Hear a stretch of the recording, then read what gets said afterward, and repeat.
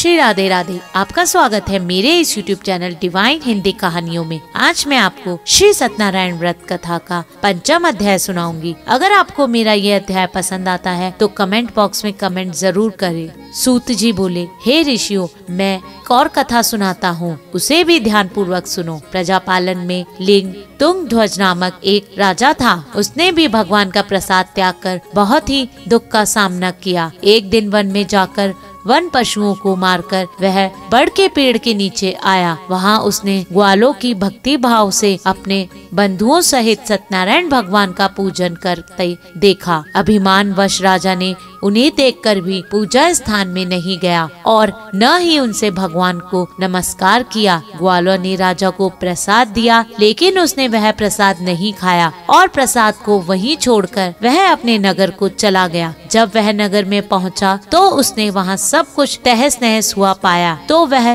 शीघ्र ही समझ गया कि यह सब भगवान ने ही किया है। वह दोबारा ग्वालों के पास पहुंचा और विधि पूर्वक पूजा करके प्रसाद खाया तो श्री सत्यनारायण भगवान की कृपा से सब कुछ पहले जैसा हो गया। दीर्घ काल तक सुख भोगने के बाद मरणोपरांत उसे स्वर्गलोक की प्राप्ति हुई। जो मनुष्य परम दुर्लभ इस व्रत को करेगा तो भगवान श्री सत्यनारायण की अनुकंपा से उसे धन धान की प्राप्ति होगी। निर्धन धनी होता है और भयमुक्त हो जा जीवन जीता है। संतानहीन मनुष्य को संतान सुख मिलता है और सारे मनोरथ पूर्ण होने पर मानव अंत काल में बैकुंठ को जाता है। सूत जी बोले, जिन्होंने पहले इस व्रत को किया है, अब उनके दूसरे जन्म की कथा बताता हूँ।